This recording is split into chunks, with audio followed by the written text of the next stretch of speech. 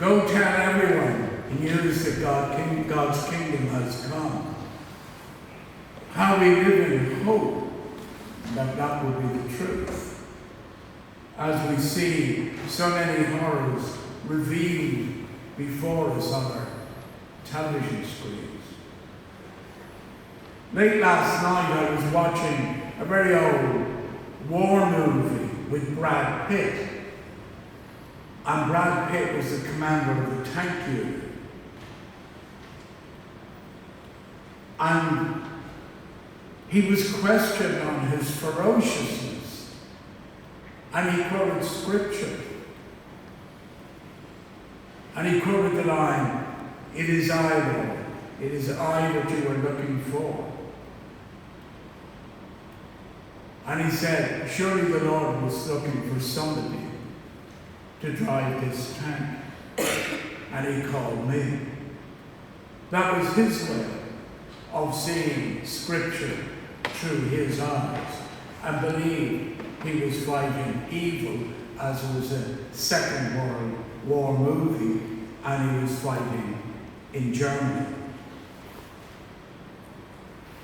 Recently, we've been blasted with images of war continuously, and ever recently, particularly in relation to what happened last Saturday with the attack, or the attacks throughout southern Israel on the 7th of October, and the horror that we know that happened. And of course, the continuation of that. And you'd want to have a heart of stone for not to feel great sorrow and sadness, not only for what happened on the 7th, but the continuation and the loss of innocent life. But meanwhile, the war goes on in the Ukraine, and that seems to have dropped down the news a little bit, because really, the media suggest and select what wars or what conflicts we will watch or we will know about. There are very few people that talk about the Yemen and the incredible slaughter still going on in the Yemen, which is a proxy war between Iran and Saudi Arabia. Not to mention, of course, the continuous devastation of the Kurdish people by Turkey. Continuous attacks on Kurdish villages within northern Syria and destruction of the Kurdish people, which has happened over and over again. That barely gets on the screen at all. There is actually an endless list of conflicts, all vying for a place on your TV screen. I was on the radio on Friday with William Crawley discussing how subjective we are, or what do we believe in what we see. And it was a very good discussion. Even William agreed that in some cases the media themselves are not objective, they are subjective. And some of their language is subjective. We try to understand the narrative, but behind that all the time is the loss of innocent life. But we do so with our own subjective opinions. We'd be dishonest if we said we didn't. I don't believe there's an independent journalist voice. I believe everybody, some way, has a subjective point of view. And that depends on many factors. Maybe genuinely there are some people, maybe there are genuinely people who actually just want peace and yearn for peace. Peace, people who are truly pacifists. I can't honestly say I am one of those. I would be telling a lie if I said that. Maybe there are people who, when they sing, give peace a chance, genuinely mean that, without any subjectivity to any of the conflicts throughout the globe. The Bible speaks of loving God and hating evil. Psalm 97, verse 10. And we understand we love God, we are told, by loving our brothers and sisters whom we have seen, instead of boasting that we love God who we've never seen. How can you love God who you've never seen and not love your brothers and sisters who you see every day? That's what Scripture tells us. We learn we should hate the assembly of the evildoers. This is stated in Psalm 26, 5. And in hating the assembly of evildoers, we should hate falsehood. Psalm 119, 116. But how do we hate the assembly of evildoers? How do we hate the assembly of evildoers? Do we destroy them? The Psalm doesn't go on to tell us that. Do we destroy them?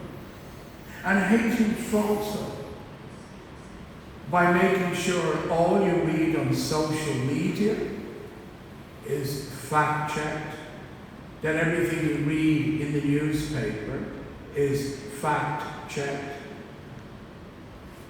And then people ask the question, who checks the fact-checkers?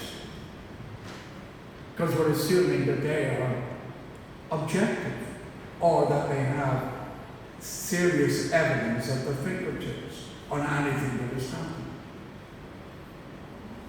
And we are always told in Scripture, the more we become like Christ and understand the love of God, the more we will begin to hate hypocrisy.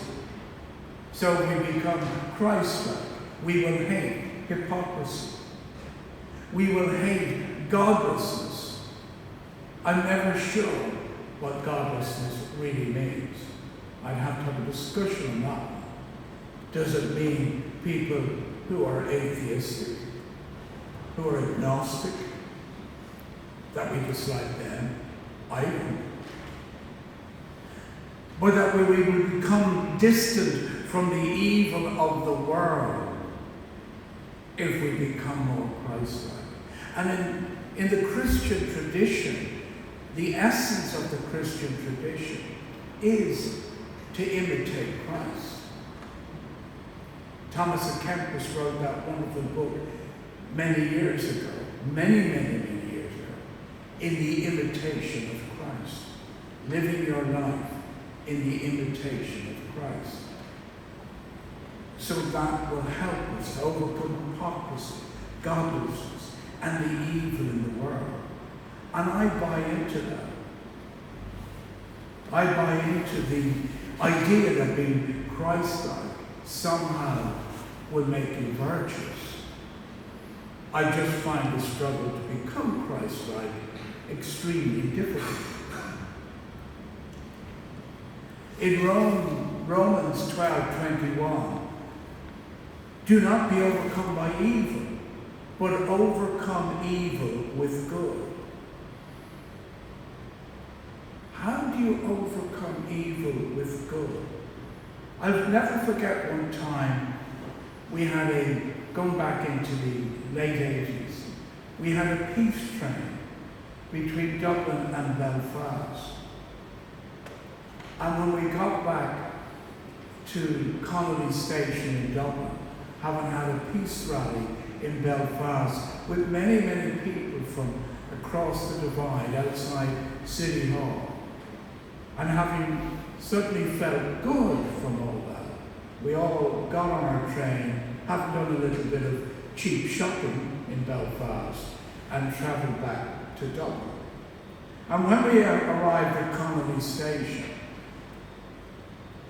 The platform was thronged with journalists, cameras, and TV people. And because I was the chair of the peace train, one journalist sneered at me as he said, "There's just been a mass killing in North Antrim. How did your peace train stop that?" So what was your gesture? What was the point? There were 7 or 8 people killed in a shooting. And all I could think of saying was that the accumulation of good deeds in time will outweigh the accumulation of evil doings. That's the only thing that came into my head. I don't know if it even made sense, but it seemed to satisfy him. And he wrote it down, and he quoted it in the paper the next day. The accumulation of good deeds will outweigh the accumulation of evil doings. And in some way we like to believe that with regard to our own troubles here, that in part, maybe I'm wrong, but I think we partially believe that that may be what happened.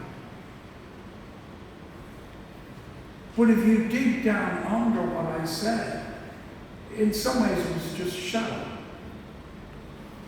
The evil of the concentration camps was not overcome by good deeds. It was overcome by the destruction of Nazi Germany and the likes of the soldier portrayed by Brad Pitt in the film last night.